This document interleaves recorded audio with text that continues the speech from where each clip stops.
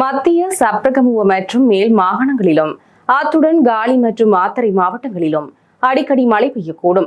சப்ரகமுவ மாகாணத்தின் சில இடங்களிலும் அத்துடன் கண்டி மற்றும் நுவரெலியா மாவட்டங்களின் சில இடங்களிலும் 50 மில்லிமீட்டரிலும் கூடிய ஓரளவு பலத்த மழை பெய்யலாம் என எதிர்பார்க்கப்படுவதாக சிரேஷ்ட வானிலை அதிகாரி முகமது சாலிஹின் தெரிவித்துள்ளார்.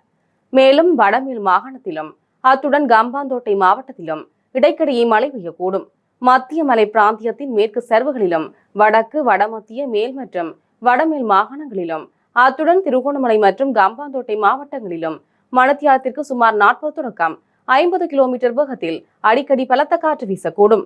பலத்த காற்று வீசுகின்ற சந்தர்ப்பங்களில் பொதுமக்கள் அவதானத்துடன் செயற்படுமாறு கேட்டுக் கொள்ளப்படுகின்றனர். சூரியனின் மேற்கு நோக்கிய நகர்வின் காரணமாக இன்று முதல் சூரியன் இலங்கைக்கு மேலாக உச்சம் கொடுக்கின்றது.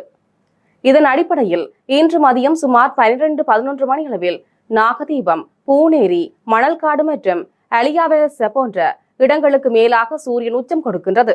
புத்தளம் தொடக்கம் கொழும்பு காலி ஊடாக மாத்தறை வரையான கடல் பிராந்தியங்களின் பல இடங்களில் மழை பெய்யக்கூடும். கடல் பிராந்தியங்களில் மணித்தியாலத்திற்கு 30 தொடக்கம் 40 கிலோமீட்டர் வேகத்தில் மேற்கு திசையிலிருந்து தென்மேற்கு திசையை நோக்கி காற்று வீசும். இவ்வாறான சந்தர்ப்பங்களில் கடல் பிராந்தியங்கள் ஓரளவு கொந்தளிப்பான நிலையில் காணப்படும்.